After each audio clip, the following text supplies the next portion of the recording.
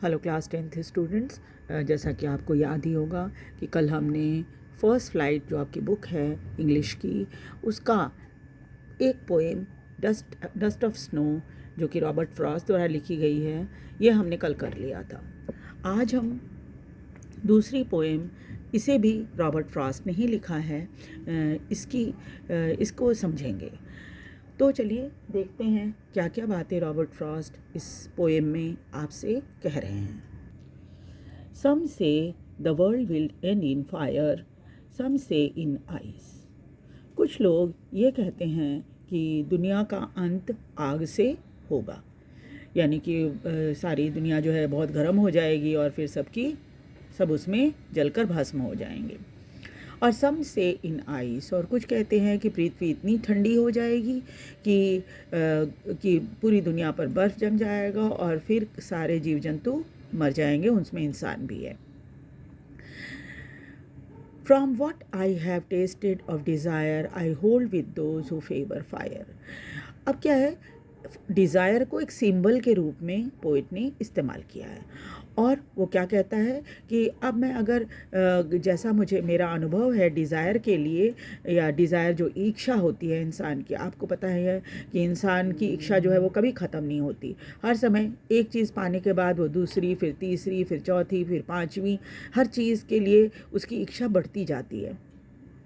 तो क्या है, जैसे आग है ना, एक जगह अगर लगा तो धीरे धीरे सब जगह फैल जाती है, उसी तरह डिज़ायर होती है। इसलिए डिज़ायर को पोइट ने फायर के साथ कंपेयर किया है और कह रहे हैं सिंबलाइज़ किया है, फायर को सिंबलाइज़ किया है डिज़ायर ने। और कहते हैं कि hold with those who favour fire, इसलिए उनका कहना है कि जो लोग ये कहते हैं कि दुनिया आग से जलकर ख़त्म होगी, तो मैं उसके फेवर में हूँ। क्यों फेवर में हूँ? क्योंकि इंसान की इच्छा जो होती है वो आग की तरह होती है और धीरे धीरे करके फैलती जाती है और फिर सारी दुनिया को चपेट में ले सकती है।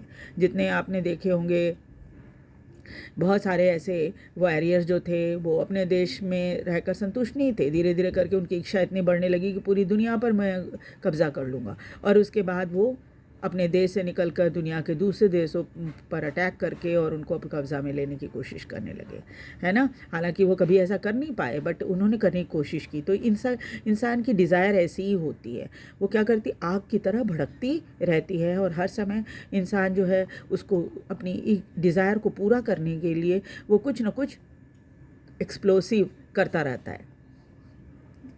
But if it had to perish twice, लेकिन अगर इस धरती को दो बार ख़त्म होना पड़े, एक बार आग से और एक बार बर्फ़ से, I think I know enough of hate. अब यहाँ क्या है, हेट जो आइस को सिंबलाइज कर रहा है, हेट है ना, घृणा।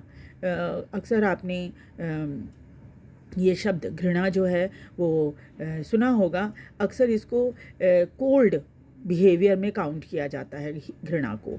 तो कह रहे हैं कि दुनिया को अगर ख़त्म होना हो तो वो लोगों की घृणा से ही ख़त्म हो जाएगा। घृणा के मारे क्या करेंगे लोग, एक दूसरे को देख नहीं पाएंगे।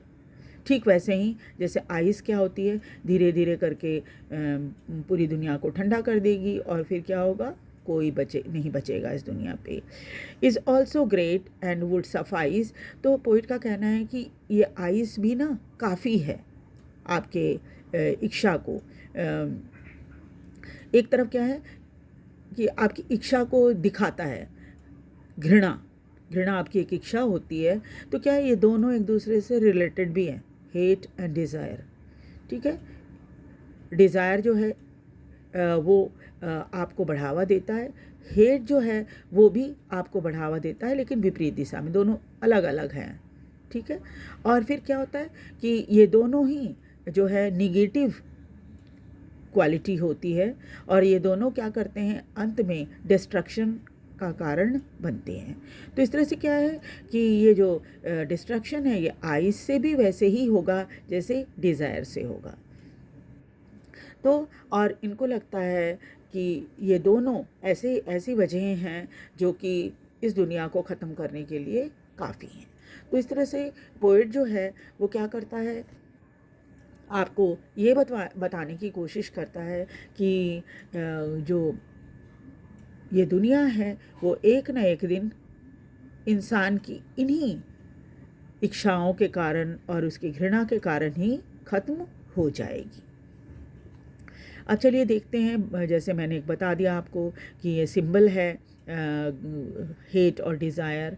डिज़ायर जो है फायर फायर को सिंबलाइज़ करने के लिए डिज़ायर इस्तेमाल हुआ है, और आइस को सिंबलाइज़ करने के लिए हेट इस्तेमाल हुआ है।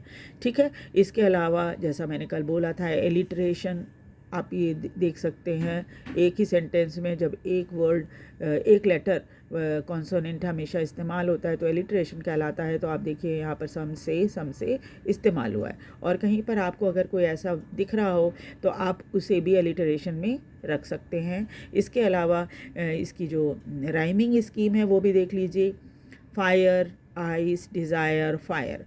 तो क्या है, पहली, तीसरी और चौथी लाइन, ये तीनों क्या है, आपस में राइम कर रही है।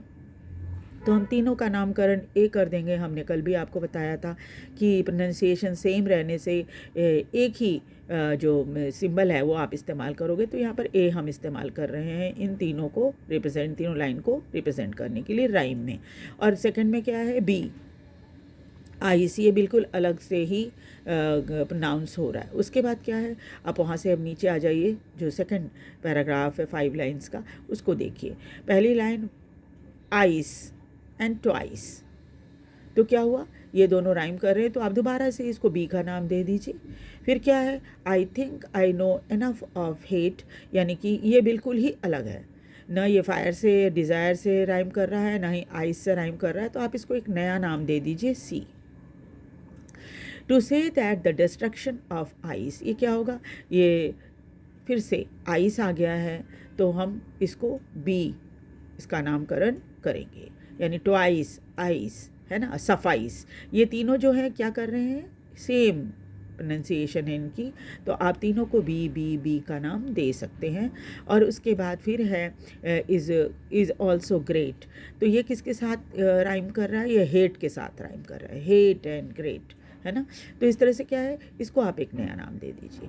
तो पूरी पोएम अगर एग्ज़ाम में आ गई, आपको आई से रिलेटेड क्वेश्चन आ गए रेफरेंस टू द कॉन्टेक्स्ट में, तो फिर क्या होगा कि आप इसकी राइम स्कीम पूछी जाएगी, तो आप इसको बताएंगे कि ए, फर्स्ट लाइन ए बी ए, और फिर बी सी और बी। ठीक है, ये इसकी राइम स्कीम बनेगी। पोइट का नाम आपको हमेशा याद रखना है, पोएम का नाम और पोइट का नाम, ये आपको हमेशा ही याद रखना है। रॉबर्ट फ्रॉस्ट, अच्छे से स्पेलिंग के साथ आप इसको याद रखेंगे। और जो मैंने बताया है कि एलिटरेशन है इसमें, और सिंबल के रूप में जो इस्तेमाल हुआ है, फायर को सिंबलाइज कर, डिज़ायर जो है फायर को सिंबलाइज़ कर रहा है, और आइस जो है वो हेट को सिंबलाइज़ कर रहा है। ठीक है, ये सब चीज़ें आप याद रखेंगे। आपको वीडियो कैसा लग रहा है आप मुझे ज़रूर बताएं, लाइक और सब्सक्राइब भी करें। Thank you very much.